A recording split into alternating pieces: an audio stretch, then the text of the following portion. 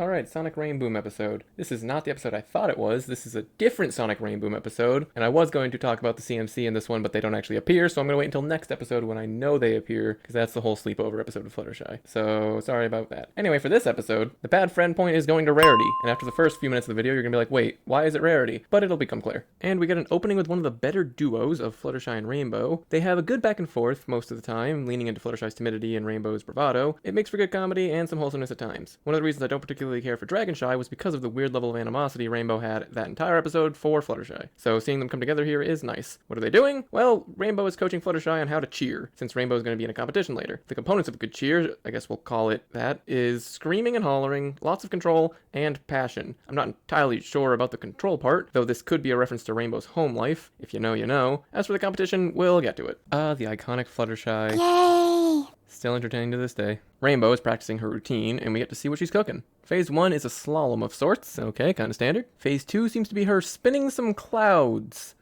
Okay, not sure how impressive that is, but she's got gumption. Phase 3 is where it's actually impressive. It is the titular Sonic Rainboom. It's treated as if it's existed before, as we'll learn later, but it feels like a Rainbow Dash original, both from the name and the usage, again, as we will find out. We can see here from the air current, it starts rounded and then becomes more pointed, right here, as her speed increases. I'm pretty sure this is supposed to be a visual representation of the air drag or something. We'll see this later, but it's this cone of air that eventually explodes as she breaches the sound barrier. Pinky must be in the area, as we see the air function like an elastic and slingshot Rainbow backwards, and just lost all her speed and momentum, I guess. Yeah, alright. Twilight randomly asked other members of the main six to help her clean up books, after what she calls a crazy weekend of studying. Not sure why Spike didn't help, or where he even is, but you know, he like literally doesn't even show up the entire episode. I don't know where the fuck he went. They at least gave us an excuse last time, even if it was nonsensical. They don't give us anything. He's just gone. Despite destroying Twilight's house for honestly the 12th time or so, everyone just kind of moves on and takes interest in Rainbow and Fluttershy and like what they're doing, not really caring about the destruction that happened. I guess it's just becoming so commonplace that they don't really require a reaction anymore. They're just like, yeah, it's season 1 and we're already sick of Rainbow's shit, so we're just not gonna worry about it and move on. Alright, Rainbow does apologize, by the way. It wasn't like she just ran in here and then started arguing with Fluttershy and then everyone's just like, oh, what's going on? No, she did apologize, so I guess that's why they didn't care as much. We also learned that the competition is simply the Best Young Flyers competition. Not the most clever title, also kind of vague. How young is young? As we've discussed, the main six are at least young adults, which I guess is young technically, but if I told you I was hosting a Best Young Runner competition, you'd probably assume a lot younger, like mid-teens at the oldest. But Pinky describes it as the best Pegasi flyers no matter what, like they don't even mention age, so it's kind of weird to have young explicitly in the title instead of just the best flyers competition. Anyway,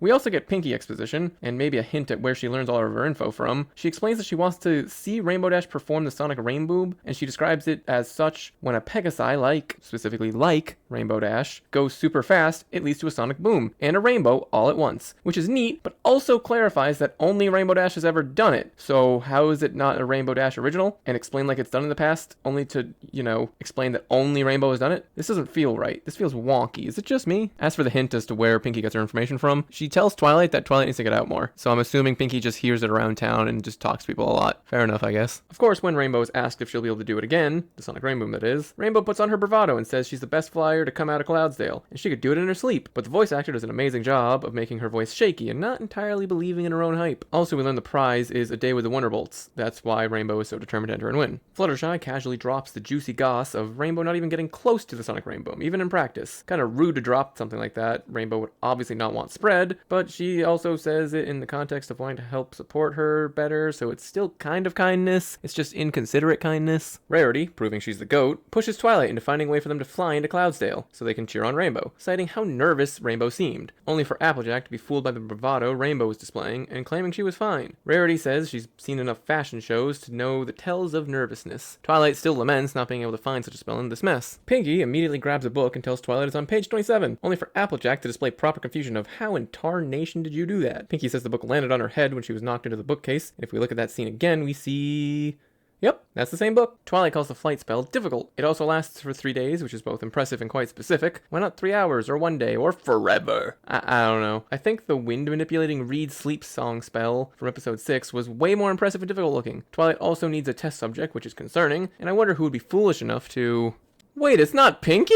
Oh wow, Rarity truly is the GOAT. A lot of the time in the series, magic doesn't really have super cool effects. It's usually just like glowing and flashing and spontaneousness, and their horns getting more and more glowy. This one actually has some pretty cool ribbon-esque substance forming into a cocoon around Rarity. I say cocoon not just because it's accurate, as, well, we'll see. The spell for some reason does some crazy electricity and blasts Twilight away with some insane feedback, showing some validity not really expected, and I'm not sure if it's from the difficulty of the spell or Twilight messing up, maybe, a little bit, but this is not even that crazy of a spell compared to what we see later, and there's way more fanfare than really should be for a spell of this level this early in the season. This tells me that they were going to do way cooler stuff with magic, and instead just went the, Dragon Ball Z route, which is a little disappointing. Hey, it's the Cloudsdale reveal. Well, we might have seen it in an earlier episode, but this is our clearest shot of it. Obviously, some Roman inspiration included in what looks like a Colosseum on the left here. During the flight, however, Rainbow actually tells Fluttershy to be more assertive, and this will be a focal point for future episodes, and there's a little bit of payoff in it for this episode. I say payoff like there's any actual effort put into this. It's mostly just, hey, you should be more assertive, and then, yeah,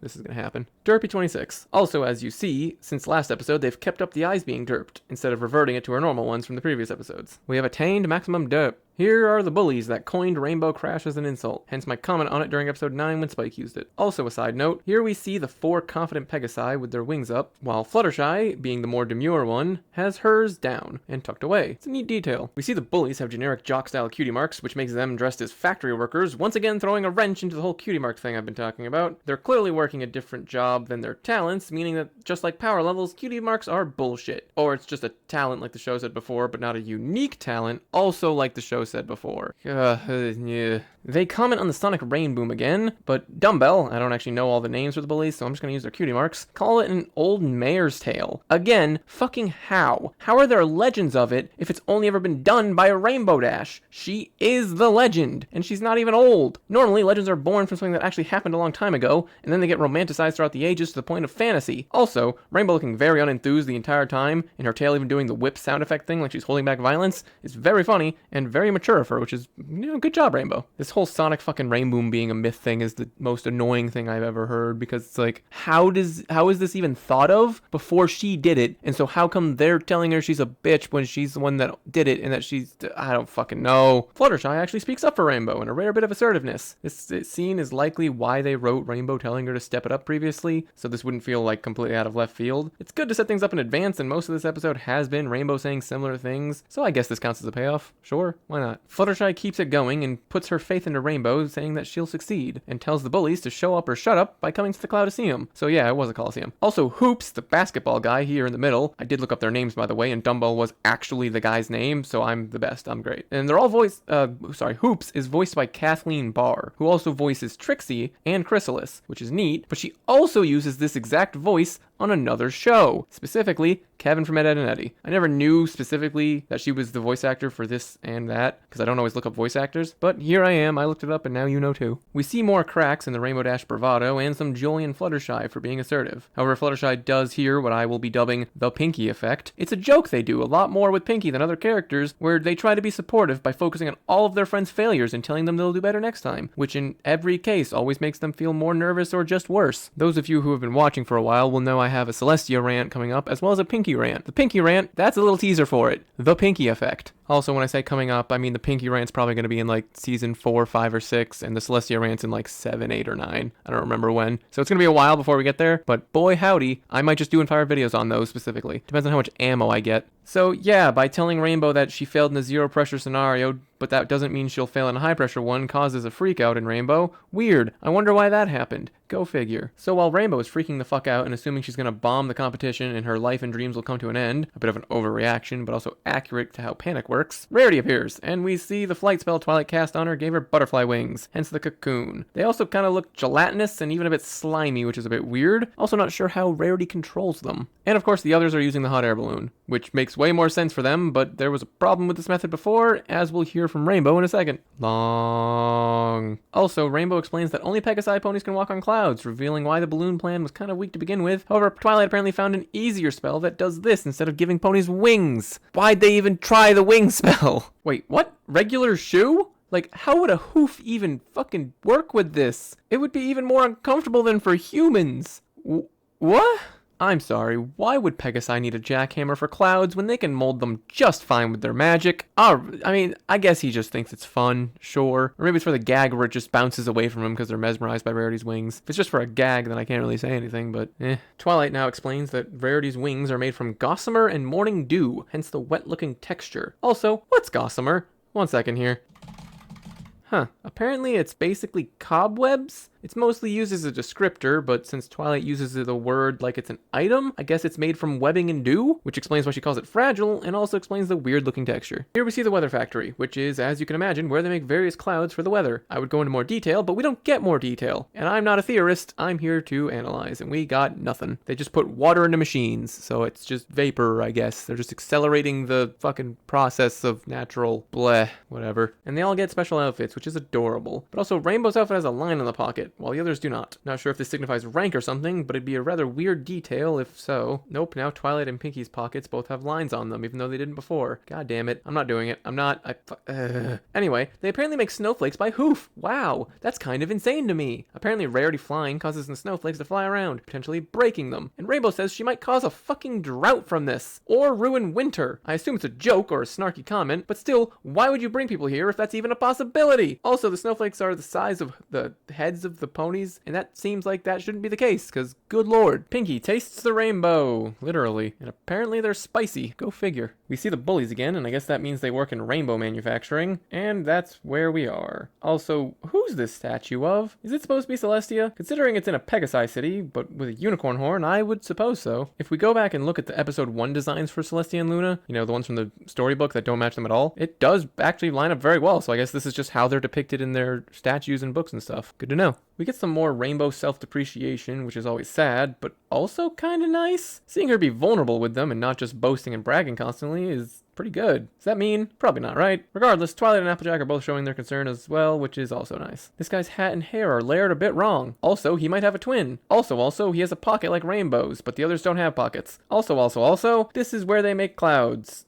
I think that's everything to say here. There's probably more. Rarity is finally doing some pompous bullshit that we can call her out on. She's too focused on the attention and beauty of her wings that she's not focused on the reason they come up here to begin with, to support Rainbow Dash. It was even her idea. This helps us see that she has problems with attention, similar to what I've said about Pinky needing validation. However, in Pinky's case, it's other people's joy, and in Rarity's case, it's other people's admiration. Twilight also tells her this, but Rarity questions how she can hide perfection. Some of her own narcissism, I guess. We've now seen it in 3 of the main 6. How long until Twilight, Flutters, and Pinky join in? Pocket. Also, Twilight's the only one paying attention to Rainbow and trying to console and check in with her. Good job, Twilight. I knew you wouldn't let those 2 bad friend points stop you from being the best you. The best Twilight is being truly considerate to others. We don't get to see a lot of old ponies early on in the show, so seeing this one's kind of cool, and a little weird. She also uses Granny Smith's model, and I think even her voice. I also think the other older ponies get slightly different designs. At least Golden Delicious might get a different one. Pinky wearing a look of genuine concern for her friend gives me life. Let's go, Season 1 Pinky, keep it up. They actually show that the hot air balloon was moved closer to Cloudaceum, which is a nice detail. And just to reiterate, yeah, Spike is just gone. Just completely gone from this episode, not mentioned, not even referenced, it's a little weird. They fucked it up! Finally! I've seen this exact Dr. Hooves model multiple times this episode, but he always had a different cutie mark, so I couldn't call him out on using it again. But here they gave him the hourglass instead of the crescent moon, which means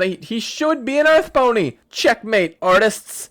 Also, Derpy27. Rainbow is number 2 and Derpy is 15. I'm only going to focus on their numbers for this one. Is that fucking Lyra? She has no wings and is bouncing on the cloud. It has to be her, right? I can see her fucking horn. I'm counting it. Lyra 28. Also, Derpy is in the stands as well, but we'll call this one a changeling. Also, every time Lyra appears in the background here, or what I presume to be Lyra, she's always staring directly at the camera, which means they fucking knew what they were doing. Also, Pinky's finger glove is a fucking finger glove. That's a hand. How did I know what hands are? Discord and the dragons are closer to hands, but even they don't have 5 fingers, I'm pretty sure. How have we had both bad foot and hand continuity? What the fuck is this? Princess Celestia is also apparently here. I guess that makes sense that she'd oversee a big competition like this, so sure, why not? Also, both of her guards are Pegasi, so good. I think this is the first time we see the Wonderbolts in person and not on a poster or in a delusional fantasy. So neat. That's Spitfire, Soren, and Misty Fly. Sure. Derpy's 15 in this scene is actually on backwards. Wonderful detail. They still haven't fixed it. Also, Rainbow's number is the same. It's a 2, and it's actually a plot point that she keeps changing it to not go next because she's panicking. I am concerned. Where did she get the materials? Why did she go so hard? Oh, right, it's Rarity. Never mind.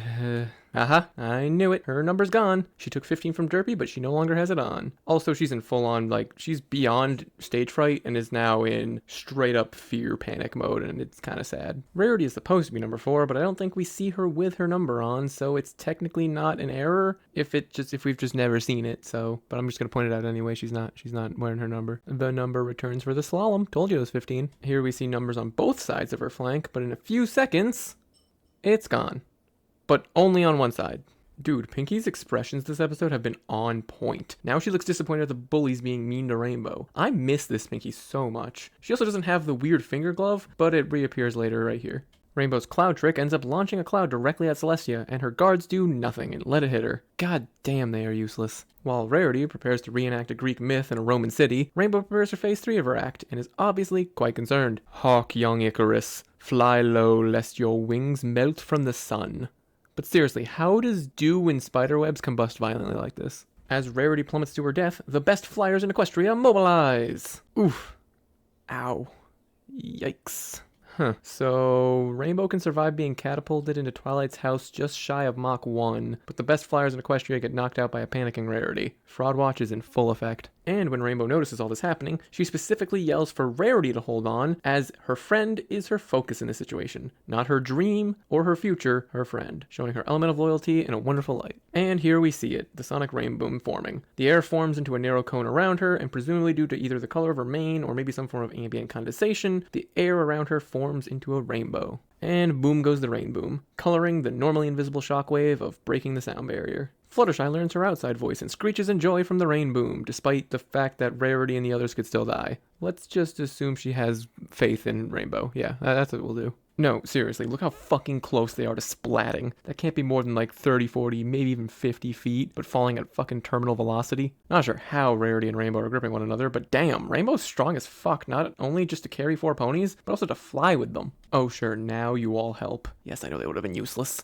Also, Rainbow Dash's number is gone again. Yeah, Rarity doing her apology is nice and all, but I forgot to mention this earlier. Why can the hot air balloon land on clouds? Is it enchanted? I'm pretty sure it belongs to Ponyville, or maybe Pinky, but given evidence from a future episode, I'm not entirely sure. So honestly, I could go either way. Maybe it's enchanted, maybe it's a mistake. Still weird. Rainbow forgives and forgets, and she seems to quote the questionable everything worked out so it's okay mentality, which is dubious at best and dangerous at worst, or maybe just optimistic at best. I don't know. Rainbow gets to meet her heroes, which is always nice, and they thank her and everything, except the Spitfire's voice actor sounds way different. It's not like the rough and tumble voice we get later, it's more of like an uncertain voice, if that makes any sense. And Rainbow wins the event, both for her heroism and her dope Sonic Rainboom, which, yeah, it's kind of hard to remain unbiased in this scenario, but she did pull off a stunt that no one else could do, so it's also earned. She got it.